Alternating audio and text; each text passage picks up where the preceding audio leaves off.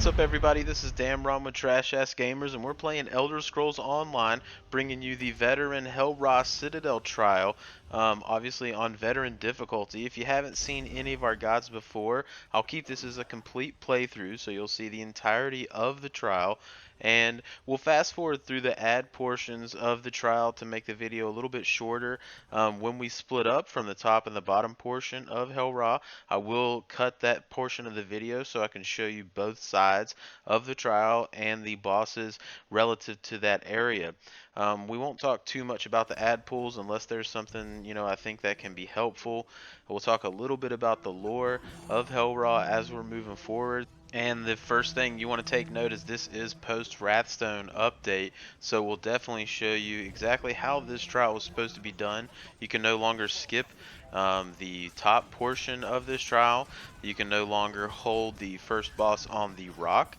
So they fixed a lot of things, and finally, I guess after 5 years, have made this trial in a way that you really can't glitch past things. So we're going to show you the proper way to do it and the most efficient way to get through these bosses. So as we're crushing through this first set of ad pool here, I will tell you a little bit about the lore. And the Hellrah Citadel is essentially a fort that was conquered by the ancient Regatta during their conquest of Craglorn, and it's in fact found in the southern portion of Craglorn, which created a trade route to pass through these mountains. And in the Yokedan times, it was actually closed off from the rest of the Tamriel until the Three Banners War, which is the time period that Elder Scrolls Online takes place. And the Alliance War is essentially the Three Banners War that occurred in the Second Era, shortly after the first All-Married Dominion was formed after Queen Erin returned to the Somerset Isles decades after adventuring. Alright, so we'll jump back into that a little bit after this fight here. But the first boss that we're going to roll up in the veteran Hellrah Citadel is Kotu, is essentially an enlarged Atronach. And the key here is understanding, a few of his attacks, and one of them is the whirlwinds, these small little AoEs that he'll put on every player.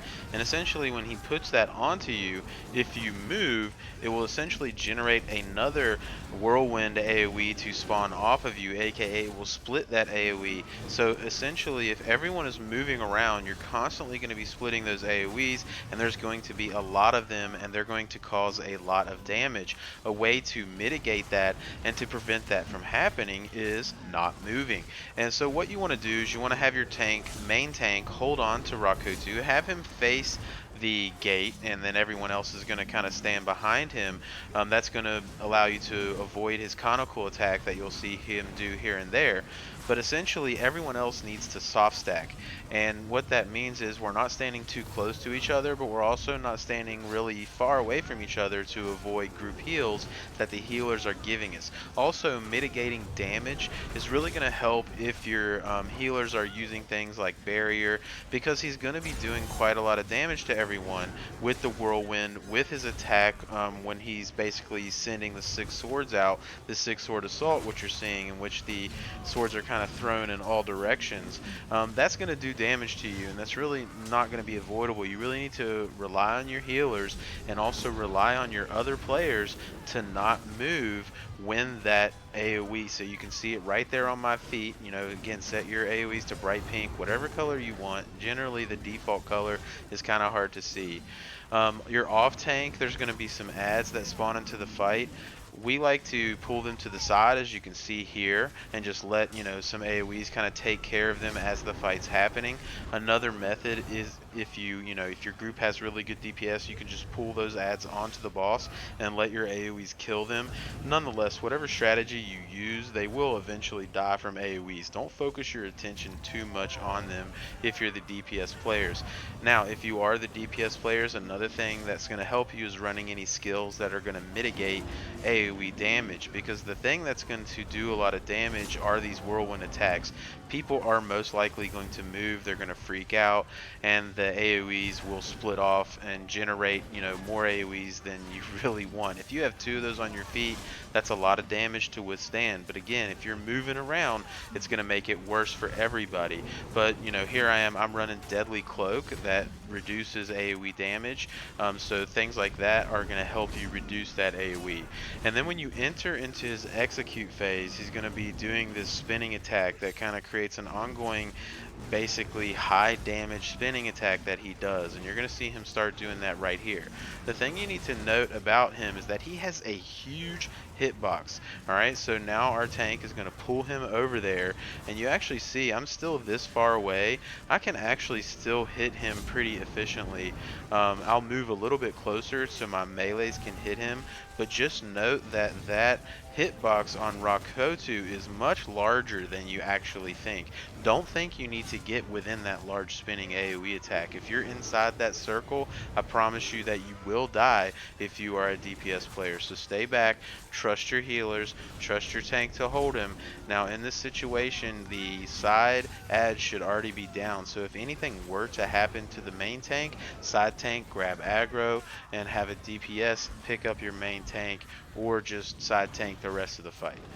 So let's finish that off, and then we'll be moving to the portion of the trial in which we need to split up into 2 groups. Then we'll show you the bottom part first.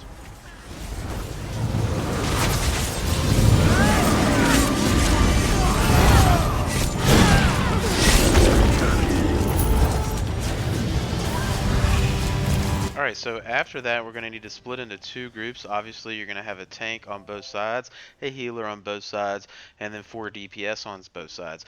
Prior to Wrathstone, people like to put the Magicka to go up top and the Stamina to go down to the bottom.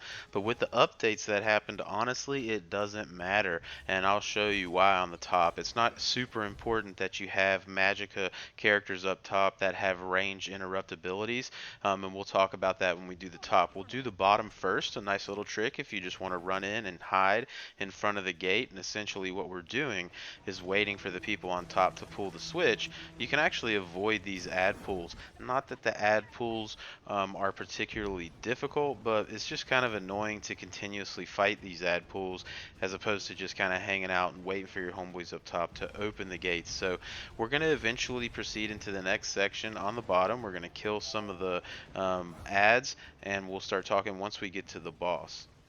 But before we do that, we'll finish up just a little bit about the lore of Hellrot Citadel. Again, just in regards to the 3 Banners War, essentially that is where this game takes place, right? We are in the Alliance War, which takes place after that second era when Emperor Varen Aquilarios was convinced by Mannimarco to essentially become part of the 5 Companions and basically do a ritual in which Mannimarco eventually basically tricked all of them and declared he was a servant of Molag Bal and weakened the barrier between Mundus and Cold Harbor. And essentially that's a large part of the story that takes place in Elder Scrolls Online. And then during that 3 banner war, this Hellrot Citadel is no longer closed off, and it becomes the locale of the encampment for the Celestial Warriors Ankh-Ra army, in which we are sent in here as a group of Undaunted, basically hired by Kalestig the Axe, to defeat this group of Ankh-Ra. So pretty cool little lore of Hellrot Citadel. Hope you enjoyed that. And so we'll blast through these ads, and we'll talk about the boss on the lower portion with the Welwas and the enemies and how we focus this boss down.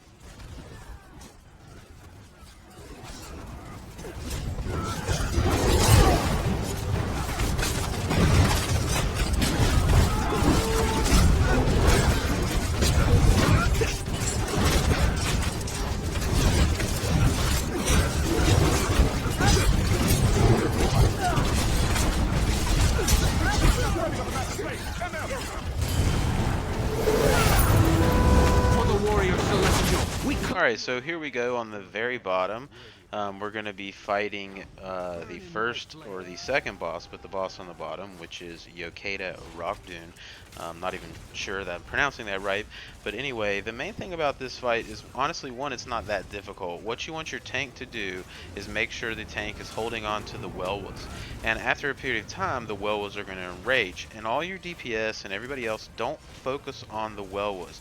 As the tank, you want to just hold on to the Welwas and bring them where the boss is. You'll see he kind of, runs to different areas and continues his attack, but he's not going to do too many attacks that you really need to worry about in the sense of damage. Your healer's going to be able to overcome all of this. Just keep the Welwas on the boss and let your DPS AoEs take them down. as opposed to splitting everything up. If you're just stacking everything, you're going to find this fight actually to be pretty easy. And the only thing you really want to worry about is the Welwa adds when they enrage. As soon as one enrage, in which you'll know they are because it'll say, you know, enraged Welwa, and they'll be much bigger than they were before. Hopefully by this time they don't have much health left. I do like to focus them a little bit at that point with stamina characters or characters that have a good execute to just go ahead and finish them off before they cause a problem, because they can actually do quite a bit of damage in their enraged form. And as we go further and further into the fight, Welwas will keep spawning. So if you don't take them out at all, in the end that can cause a little bit too much for the tank to handle, and he'll get killed. You know, you want to keep the Welwas 2, 3 at a maximum. Yokeda Rok'dun himself, he won't do too much things that you need to worry about. You are seeing the flame attack that he kind of sends out in all directions. It's pretty obvious to see. Just stand out of that. You're going to get hit by it here and there, as you can see right here, right? He's sending these flame attacks in all directions. That's not too much to worry about. Your healer's going to be able to heal you through that. This fight isn't too bad, honestly. It's pretty easy. So just finish that off. Tank, hold on to that light attack, that light bow attack, and again, the mechanics are pretty simple. Keep the Welwa stacked, burn him down. And well, let's get moving on after this. After this fight, we'll finish this up. I will cut it and show you the top portion of the trial, and we'll talk about the boss up there.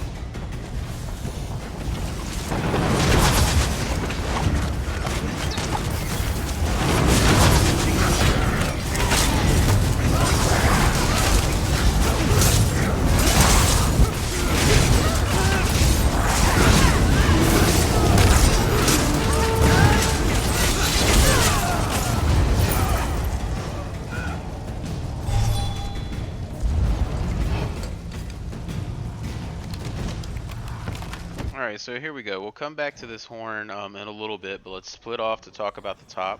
Again, one tank, one healer, 4 DPS on the right. Doesn't truly matter now if it's stamina or mag. However, mag is going to help you because you're going to have rain interrupts. You need to open the gates as you saw for the bottom players. The first one is right here as you come up this first set of stairs. It's right behind me, which someone will open. I will show you the second and the third switch essentially as we're kind of moving through these ads, and then we'll talk about the boss at the top portion of this trial.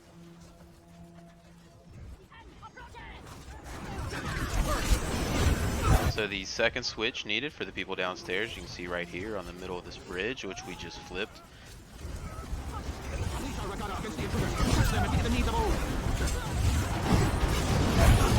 And the third and final switch is up here in the corner as we're kind of fighting these ads.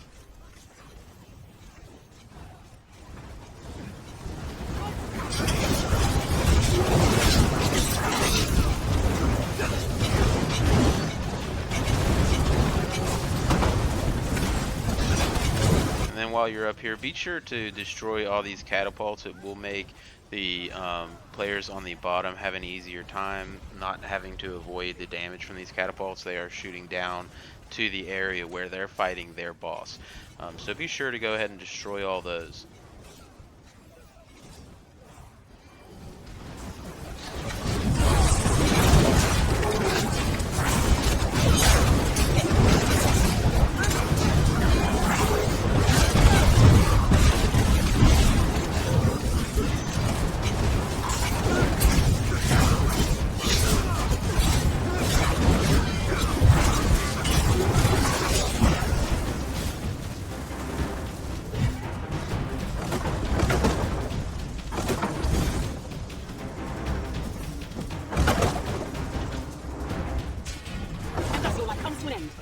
Alright, so as we're progressing, I want to talk about the biggest difference with the Wrathstone update now. If you are fighting on top and the entire group wipes up here, the group on the bottom will then be hit by lightning and they will wipe. Now the bottom group can kill their boss, and if the group on top dies, it's okay. The bottom won't have to refight the boss, but you cannot skip this. You actually have to beat both parts now. Prior to the Wrathstone update, you could actually just kill the boss on the bottom and completely skip the top. But now you must do the top. Good news is the top is exponentially easier than it used to be, and we'll talk about why as we do the boss. So this is Yokeda Kai, and again, his attacks used to be much worse. So the first few things that he's going to do is he's going to do a very large fire attack explosion where he raises his staff in the air, which you saw there, and that generates a large AoE around him that does a lot of damage. And if you're getting hit by that, it will most likely kill you if you have sub 19k health. So keep that in mind. And when he starts putting his staff in the air, you definitely want to get out of that AoE. Also throughout the attack, throughout the fight, meteor attacks will kind of be coming into the floor. You'll see these as large AoEs hitting the ground. Again, those do, here you're seeing one right there, those do quite a bit of damage from Yokeda Kai. Those meteor attacks will do a lot of damage. Not going to kill you as much as his fire explosion right here, but they do a lot of damage. Just try to avoid those AoEs. The main difference now with the Wrathstone update, when he enters the center and splits into his essential, other forms, which aren't really him. Again, there's only one real Yokeda Kai, but his 4 additional forms kind of split, and they will fire these flame attacks at you that you need to interrupt. It used to be that the you wanted magic up here because of the ranged interrupts that you could do.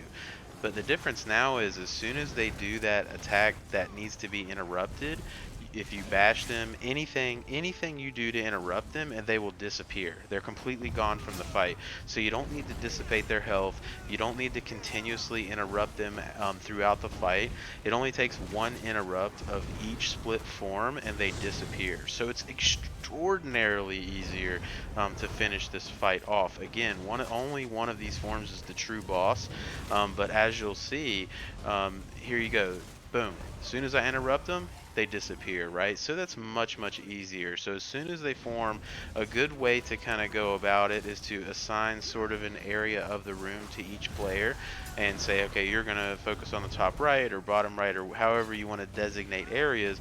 And then basically your job is to keep an eye on that area when the ads come in order to interrupt them when they're doing their fire attack. And that fire attack does quite a bit of damage as they basically continuously launch these fire attacks until they are interrupted. So you want to interrupt them as fast as possible, because if multiple ones are doing it, players can drop pretty quickly. But again, much easier than it used to be. Boom, interrupt, and they're off the board, right? They're going to disappear as soon as you get rid of them. So let's go ahead and finish this fight off, and we'll move forward.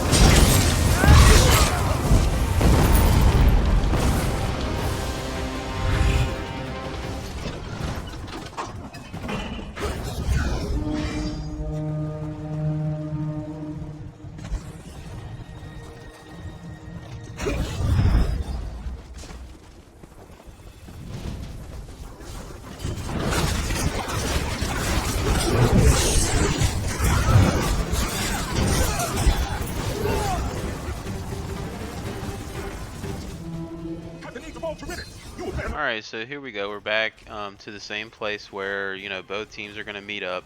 And this ad pool can be kind of difficult. There's a lot going on, and there's multiple ways you can kind of go about it. But I think the safest way, as you're seeing here, you want your main tank, side tank, whichever one is comfortable doing, to pull the gargoyles out of the fight, because they ground and pound and generate very large AoEs that do a lot of damage. And then basically you want your DPS to really focus on the Ankh-Ra Flame Shapers, because they're doing the same attack that the Split Forms and Yokeda Kai did during his boss phase, which really can cause a lot of damage. So try to focus them down first, and you should be able to get through this ad pool pretty easily. Once you kind of take all of them down, then everybody can go and then clean up the gargoyles that the other tank was holding on to. And that's it for the ad pools. We'll clean this up, and we'll make our way to the final boss of Veteran Hell Citadel. We'll say this is the non-hard mode version. This is Veteran, but we don't do the hard mode of the final boss. I'll try to get that up. This is the first group trial that I've put up on the channel, so I also want to take this moment to give a big thanks to everyone who's showed us support thus far. We're kind of a new channel. We finished all of the Veteran dungeon guides and have the hard modes up for there. I'm starting to make some of the no death runs, and I appreciate all the comments. I appreciate all the feedback. It's been very fun doing this and putting these guides together for you guys. I think I've gotten a lot of great feedback. So again, I appreciate everyone that has shown us support thus far. So now we're kind of moving in, and hopefully we'll start getting the trials up, and the goal is to get all the hard mode versions of trials up as well as we move forward.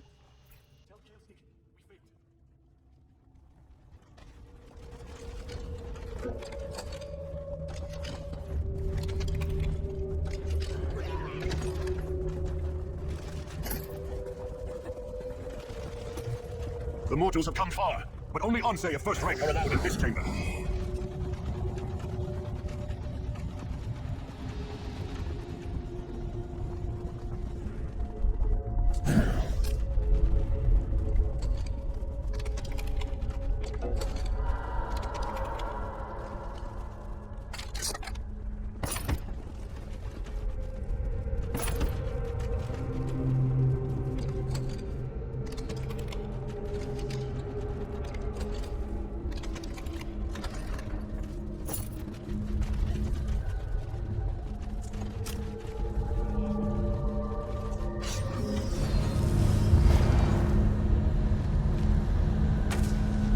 Alright, so here we go. We made it to the final boss of that Hellra Citadel, and honestly this isn't too bad of a veteran trial end boss.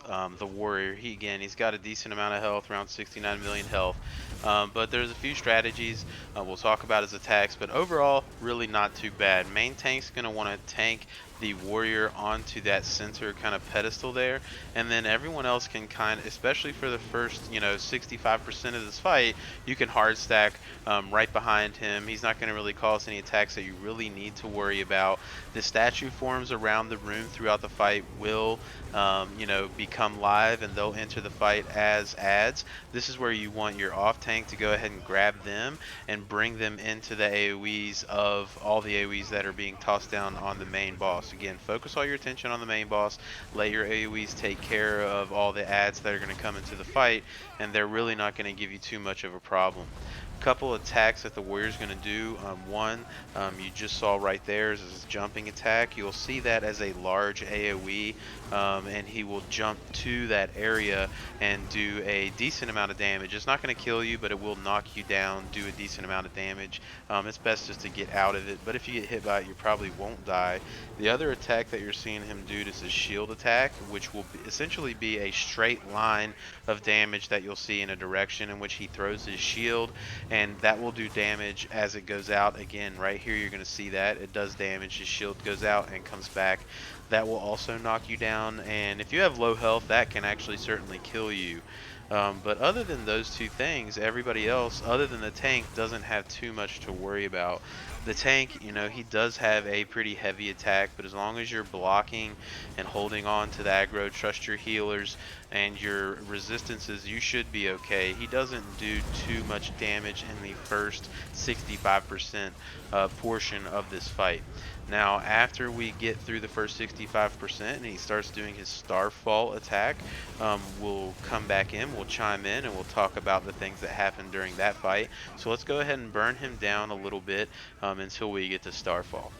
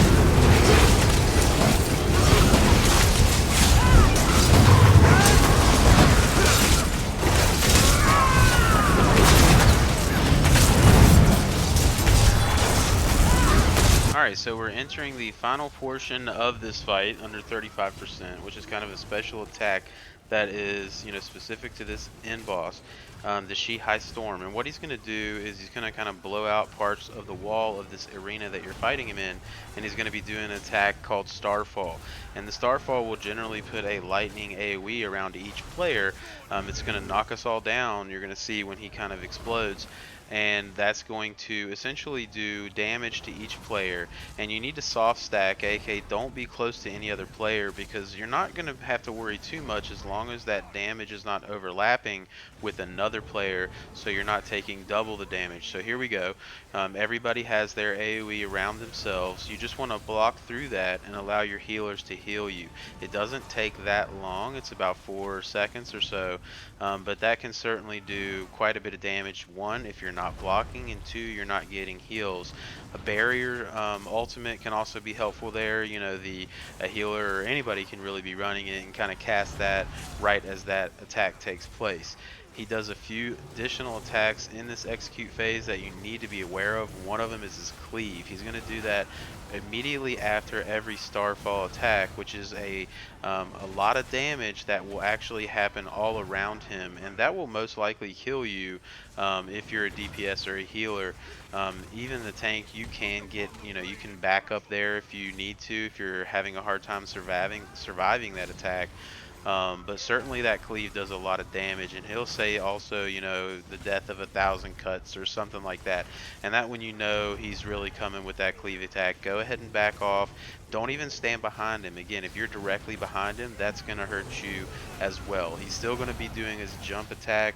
His front conical attack will be a little different. Instead of him throwing his sword out, there you go, right there. He'll actually just smash his, his weapon into the ground, and it's similar to the shield throw, but that's just going to basically create an AoE that kind of goes out in front of him. That'll knock you down, and that'll also do quite a bit of damage. But as long as you're soft stacking, staying off of him, do the damage when you can, execute when you can, you're going to be able to get through this fight relatively easily. It's not too difficult for a veteran trial in boss. So I hope you guys found this helpful. Let's go ahead and clean him up, and we'll chat just a little bit at the end of the fight.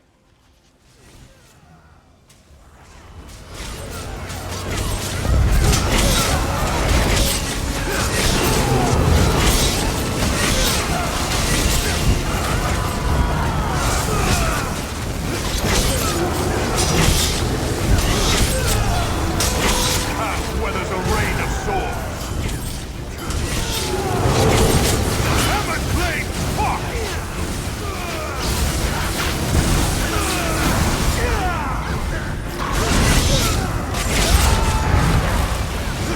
Alright, so we're cleaning him up. Again, this is the first group trial guide that we've put up. We'll try to get all of them together. Again, we want all the veteran content to be up on the YouTube channel. So I hope you guys find this helpful. If you did, feel free to like and subscribe. Feel free to comment. We'll certainly reply to any of the comments. Again, appreciate all the support we've gotten thus far.